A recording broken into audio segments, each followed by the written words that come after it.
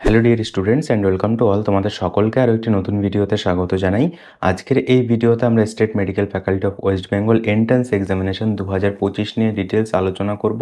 তো তোমরা যারা 2025-এ State medical faculty of West বেঙ্গলের এন্ট্রান্স এক্সাম দিয়ে বিভিন্ন প্যারামেডিকেলের ডিপ্লোমা কোর্সে অ্যাডমিশন হতে চাইছো, তোমাদের জন্য আজকের এই ভিডিওটি খুবই গুরুত্বপূর্ণ হতে চলেছে। তো আমরা ডিটেলসে দেখে নেব state medical faculty of West বেঙ্গলের যে প্যারামেডিকেলের ডিপ্লোমা কোর্স করানোর জন্য এন্ট্রান্স এক্সাম হয়, এখানে কারা কারা এলিজিবল, তোমাদের কি কি কোর্স করানো হয়, এই কোর্স করানোর জন্য তোমাদের কোর্স ফিস কত রয়েছে, গভর্নমেন্ট কলেজ, প্রাইভেট কলেজ, সমস্ত ডিটেলস কিন্তু আমরা আজকের এই ভিডিওর মাধ্যমে তোমাদেরকে প্রোভাইড করার চেষ্টা করব। তো চলো ভিডিওটি শুরু করা যাক। তোমাদের কাছে একটাই রিকোয়েস্ট আমি প্রত্যেকটি ভিডিওতে করি যে ভিডিওটিতে একটি লাইক করে দিও আর চ্যানেলে নতুন হলে চ্যানেলটিকে সাবস্ক্রাইব করে দিও। তো চলো আমরা দেখে নিই যে 2024 সালের যে ইনফরমেশন বুলেটিন পাবলিশড হয়েছিল, সেই ইনফরমেশন বুলেটিনে কিন্তু অফিসিয়াল নোটিশ অনুযায়ী সমস্ত তথ্য আমরা দেখে নিব।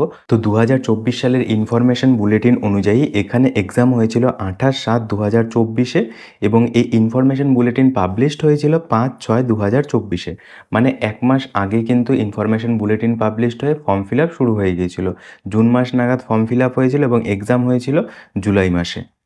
তো এই 5/6/2024 থেকে কিন্তু প্রায় এক মাস সময় পাওয়া যায় এই ফর্মটা ফিল আপ করার জন্য। তো 2025 সালেও কিন্তু জুন মাসের দিকেই বা মে মাসের শেষের দিকে বা জুন মাসের প্রথম দিকেই কিন্তু ফর্ম বেরোয়ার একটা চান্সেস রয়েছে।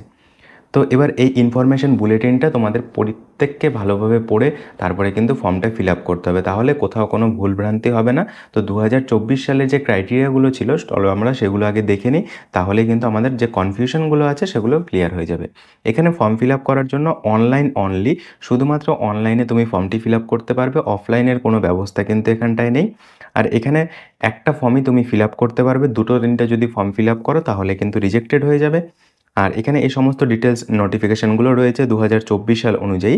এবার 2024 সাল এবং 25 সালে যে কোর্সগুলো করানো হবে, মানে এতদিন থেকে যে state medical faculty of west বেঙ্গলে কোর্সগুলো করানো হচ্ছে সেগুলো হচ্ছে প্যারামেডিকেলের 13টা ডিপ্লোমা কোর্স করানো হয়। Diploma in medical laboratory technology, diploma in radiology, diploma in physiotherapy, diploma in radiotherapeutic technology, diploma in optometry, diploma in neuro electrophysiology, diploma in perfusion technology, diploma in cath lab technician, diploma in dialysis technique, diploma in critical care technology, diploma in operation theatre technology, diploma in diabetes care technology, diploma in electrocardiographic technique. মানে এই total 13টা course কিন্তু করানো হয় state medical faculty of West বেঙ্গলের বিভিন্ন সরকারি এবং প্রাইভেট কলেজে। তার ডিউরেশন কী রয়েছে? 2 বছর 6 মাস। প্রত্যেকটি কোর্স কিন্তু 2 বছর 6 মাসের রয়েছে। মানে 2 বছর তোমাকে পড়াশোনা করতে হবে, ফার্স্ট ইয়ার এবং সেকেন্ড ইয়ার। ফার্স্ট ইয়ারকে বলা হয় প্রিলিমিনারি ইয়ার এবং সেকেন্ড ইয়ারকে বলা হয় ফাইনাল ইয়ার। তারপরে ফাইনাল ইয়ার কমপ্লিট হয়ে যাওয়ার পরে লাস্ট 6 মান্থ তোমাদের ইন্টার্নশিপ করতে হবে। এই 6 মান্থে কিন্তু তোমাদের ইন্টার্নশিপ চলাকালীন তোমাদের একটা মান্থলি স্টাইপেন্ড দেওয়া হবে, সেটা 2000 টাকা করে প্রত্যেকটি সরকারি এবং প্রাইভেট কলেজে কিন্তু প্রোভাইড করা হয়।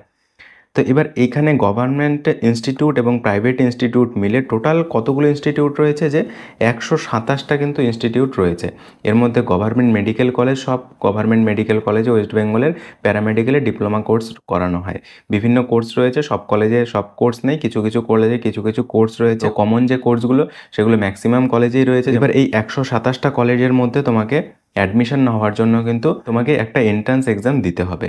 এই এন্ট্রান্স এক্সামটি দেওয়ার জন্য তোমার উচ্চ মাধ্যমিকে ফিজিক্স, কেমিস্ট্রি এবং বায়োলজি থাকতে হবে এবং ইন্ডিভিজুয়ালি এই তিনটেতে কিন্তু পাস মার্কস থাকতে হবে।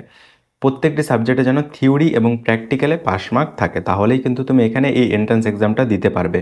এবং তোমার বয়স হতে হবে মিনিমাম 17 বছর। 17 বছর হতে হবে এবং তুমি উচ্চ মাধ্যমিক পাশ করা একজন ক্যান্ডিডেট হতে হবে, তাহলে তুমি এখানে অ্যাপ্লাই করতে পারবে। আর এখানে পড়াশোনা করার জন্য তোমার লাগবে 20,000 টাকা প্রথম বছরে এবং দ্বিতীয় বছরে লাগবে 20,000 টাকা। টোটাল 40,000 টাকা কিন্তু তোমার এখানে কোর্স ফিস লাগবে। তুমি সরকারি থেকে পড়ো চাই প্রাইভেট থেকে পড়ো। প্রাইভেটে পড়লে কিন্তু এই 20,000 টাকা বাদ দিয়ে আরও এক্সট্রা কিছু চার্জ লাগে, সেগুলো প্রাইভেট কলেজে আলাদাভাবে পে করতে হয়। তো এই 20,000 টাকা 40,000 টাকা কিন্তু গভর্নমেন্ট কলেজে তোমাদের পড়াশোনার জন্য খরচ হবে। তার সঙ্গে রেজিস্ট্রেশন ফিস, এক্সাম ফিস আলাদা কিছু টাকা লাগবে, 800 থেকে 1,000 টাকার মতন এক্সট্রা খরচ হবে। তার বাইরে কিন্তু কোনো খরচ নেই। আর এখানে এবার গভর্নমেন্ট যে মেডিকেল কলেজগুলো রয়েছে, সমস্ত গভর্নমেন্ট মেডিকেল কলেজগুলো আমাদের ওয়েস্ট বেঙ্গলে, এখানে সমস্ত মেডিকেল কলেজের লিস্ট রয়েছে। এই লিস্টে অনুযায়ী সমস্ত মেডিকেল কলেজে কিন্তু প্যারামেডিকেলের ডিপ্লোমা কোর্স করানো হয়ে থাকে। আর 2024-এর ইনফরমেশন বুলেটিন অনুযায়ী যে কোন কলেজে কতগুলো সিট রয়েছে ঠিক আছে? যেমন মেডিকেল কলেজ কলকাতায় কতগুলো সিট রয়েছে, এনআরএসে কতগুলো সিট রয়েছে, RG Kar, CNMC, IPGMR Kolkata, Bardhaman medical college, Bankura Sammilani medical college, North Bengal medical college, Darjeeling, মানে কোথায় কতগুলো সিট রয়েছে, কোন কোন কোর্সের জন্য, সেগুলো কিন্তু বিস্তারিত রয়েছে। তো আমি এই পিডিএফটি কিন্তু তোমাদেরকে এই ভিডিওর ডেসক্রিপশনে দিয়ে দেবো, তোমরা সেখান থেকে গিয়ে ডাউনলোড করে দেখে নিতে পারো। তো এবার 2024-এর যে সিট ম্যাট্রিক্স সেটা কিন্তু আবার পরিবর্তন হয়েছিল। এখানে টোটাল রয়েছে 1824 গভর্নমেন্ট সিট। তো এই গভর্নমেন্ট সিট কিন্তু পরে আরও বেড়ে হয়েছিল প্রায় 2000-এর ওপরে। তো সেই জন্য সেই আপডেটেড যে সিট ম্যাট্রিক্স ছিল সেটা কিন্তু আমি তোমাদেরকে এই ভিডিও ডেসক্রিপশনে দিয়ে দেবো। এবার 2025-এ আরও বাড়তেও পারে, কমার তো চান্সেস নেই, কিন্তু বাড়তে পারে গভর্নমেন্ট কলেজে, কারণ গভর্নমেন্টের টোটাল 27 কলেজ রয়েছে, টোটাল গভর্নমেন্ট কলেজ, সেখানটায় কিন্তু প্যারামেডিক্যালের ডিপ্লোমা কোর্স করানো হয়। এবার এখানে রিজার্ভেশন অফ দ্য সিট, যে SC ST EWS SC ST OBC A and OBC B and physical হ্যান্ডিক্যাপদের জন্য রিজার্ভেশন রয়েছে। এবার তুমি এসসি এসটি ওবিসি যেই হও না কেন, তোমাকে 20,000 টাকা করে কিন্তু কোর্স ফিস লাগবে, তার সঙ্গে 800 টাকা রেজিস্ট্রেশন ফিস লাগবে। এবার এখানে ফর দ্য অ্যাফিলিয়েটেড ইনস্টিটিউশন, ঠিক আছে, refund course fees after 1 month not administrable in any way. মানে তুমি যদি একবার কোর্সে অ্যাডমিশন হয়ে যাও, তাহলে কিন্তু তুমি 1 মাস আগে যদি ক্লেম না করো, 1 মাসের মধ্যে যদি ক্লেম না করো, তাহলে কিন্তু তোমার কোর্স ফিস তুমি রিটার্ন পাবে না। সাপোজ তুমি এমনি খেলার ছলে ভর্তি হয়ে গেলে, কিন্তু ভর্তি হয়ে যাওয়ার পরে 1 মাস পেরিয়ে গেলে কিন্তু তুমি আর কোনো রিফান্ড পাবে না। যদি সাপোজ এখানে 20,000 টাকা দিয়ে তুমি অ্যাডমিশন নাও ফার্স্ট ইয়ারে, তাহলে কিন্তু তোমার 5,000 টাকা কেটে নিয়ে 15,000 টাকা তোমার রিফান্ড পাবে। ঠিক আছে, 15,000 টাকা তুমি ব্যাক পাবে, আর বাকি কিন্তু 5,000 টাকা তোমার কেটে নেওয়া হবে। এরপর যে এন্ট্রান্স এক্সাম হবে, state medical faculty of West Bengal entrance exam, এই এন্ট্রান্স এক্সামটা কিন্তু পেন অ্যান্ড পেপার মোডে হবে, মানে ওএমআর শিট তোমাদের ফিল আপ করতে হবে। যেমন তোমাদের জেনপাস ইউজিতে ওএমআর শিট ফিল আপ করে তোমরা এক্সাম দেবে, ঠিক সেরকমভাবেই কিন্তু state medical faculty of west বেঙ্গলে তোমাদের OMR base exam, entrance exam হবে। ঠিক আছে, আর সাবজেক্ট কি থাকবে, যে physics, chemistry and biology. Section এতে থাকবে ফিজিক্স অ্যান্ড কেমিস্ট্রি এবং সেকশন বিতে থাকবে বায়োলজি। টোটাল এই এক্সামটা হবে এমসিকিউ টাইপ কোশ্চেন থাকবে, টোটাল 100টা কোশ্চেন থাকবে। এই দেখো, টোটাল 100টা কোশ্চেনের মধ্যে 50 নাম্বার থাকবে বায়োলজি থেকে এবং 25 থাকবে ফিজিক্স কেমিস্ট্রি থেকে। ঠিক আছে, তোমাদের পরীক্ষা হবে টোটাল 10টা থেকে 1টা পর্যন্ত, মানে 3 ঘন্টার কিন্তু পরীক্ষা হবে। অনেকটা সময় তোমরা হাতে পাবে। এই 3 ঘন্টা সময়ের মধ্যে তোমাদের 100 নাম্বার কমপ্লিট করতে হবে। এই 100 নাম্বারের মধ্যে কিন্তু কোনো নেগেটিভ মার্কিং নেই, এটা একটা প্লাস পয়েন্ট। এখানে তুমি সমস্ত যে প্রশ্নগুলো আছে সেগুলো অ্যাটেন্ড করতে পারো, কোনো নেগেটিভ মার্কিং এখানে কিন্তু নেই। মাল্টিপল চয়েস কোশ্চেন থাকবে 100টা, 100টা একদমই কমন কোশ্চেন থাকে, সেরকম হার্ড হয় না। তো এর আগের বছরে যারা এক্সাম দিয়েছিল তাদেরও কোশ্চেন কেমন এসেছিল সেগুলো কমিউনিটি পোস্টে আপলোড করা আছে।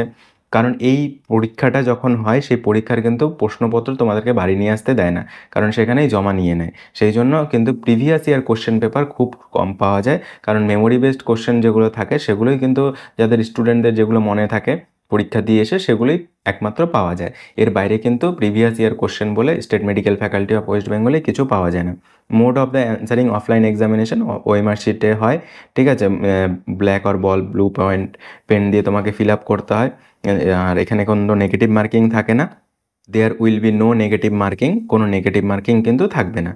ঠিক আছে, ranking methodology and the publication of merit list, merit list কীভাবে পাবলিশড হবে, যে একটা কম্বাইন্ড মেরিট র্যাঙ্ক থাকবে, তোমাদের টোটাল মেরিট র্যাঙ্ক থাকবে, যেখানে SC ST OBC EWS pH সব ক্যান্ডিডেট থাকবে, আর আলাদাভাবে ক্যাটাগরি একটা মেরিট র্যাঙ্ক হবে। তো সেখানটায় কিন্তু আলাদা আলাদাভাবে তোমাদের মেরিট র্যাঙ্ক হবে। এবার final tie breaking of the merit list, তো এই ব্যাপারগুলোই বলা রয়েছে, যে 17 বছর বয়স হতে হবে। ঠিক আছে, upper age limit, no upper age limit, যে কোনো বয়স পর্যন্ত কিন্তু এখানে এন্ট্রান্স এক্সাম অ্যাপিয়ার করা যাবে।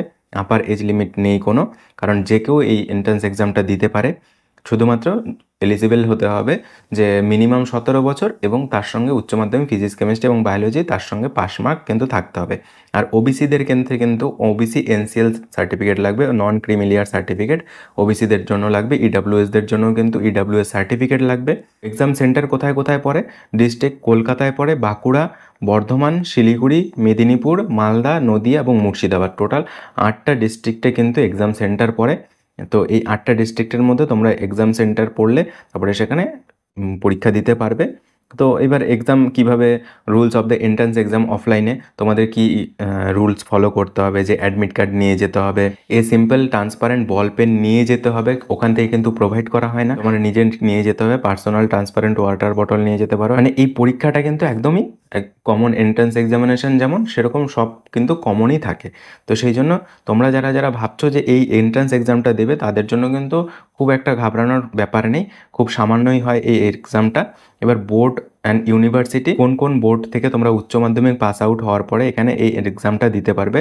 তো দেখো এখানে টোটাল 75 বোর্ড রয়েছে। যে কোনো ওপেন স্কুলিং থেকে পড়াশোনা করলেও কিন্তু তোমরা এই এক্সামটা দিতে পারবে, ঠিক আছে? এবং আদার্স স্টেটের কিন্তু ওপেন স্কুলিং বা অন্য স্টেটের কাউন্সিল থেকে পড়াশোনা করে আসাও স্টুডেন্টরা এখানে এন্ট্রান্স এক্সামটা দিয়ে অ্যাডমিশন হতে পারবে। এবার counselling and the admission date schedule, সেগুলো কাউন্সিলিং হবে অফলাইনে কাউন্সিলিং হয়, state medical faculty of west বেঙ্গলে অফলাইনে কাউন্সিলিং হয়। তো প্রপার গাইডলাইন্স কিন্তু তোমরা পেয়ে যাবে আমাদের এই চ্যানেলে। আশা করি এই ভিডিওটি দেখার পরে তোমাদের অনেক কনফিউশন ক্লিয়ার হয়েছে। এর বাইরেও যদি তোমাদের কিছু জানার থাকে তাহলে অবশ্যই কমেন্টে জানাবে। State medical faculty of West Bengal related এই চ্যানেলে কিন্তু সমস্ত ইনফরমেশন তোমরা পেয়ে যাবে। প্যারামেডিক্যাল সংক্রান্ত কোনো কোয়ারি থাকলে অবশ্যই কমেন্টে জানাতে পারো। দেখা হচ্ছে একটা নতুন ভিডিওতে। Thank you.